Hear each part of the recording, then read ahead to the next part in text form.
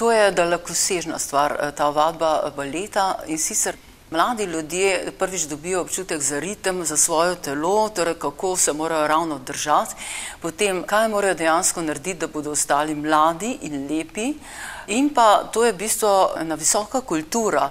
Se pravi, dobi ta občutek res za lepoto, pa tudi za samega sebe. Balet, ki po eni strani je zelo, rečemo, zelo na nek način športen in delaven in je polno nekih vaj, vendar pa omogoča mlademu človeku kasneje, ko bo starejši, da je dlje časa mlad. Tako da ga res priporočam.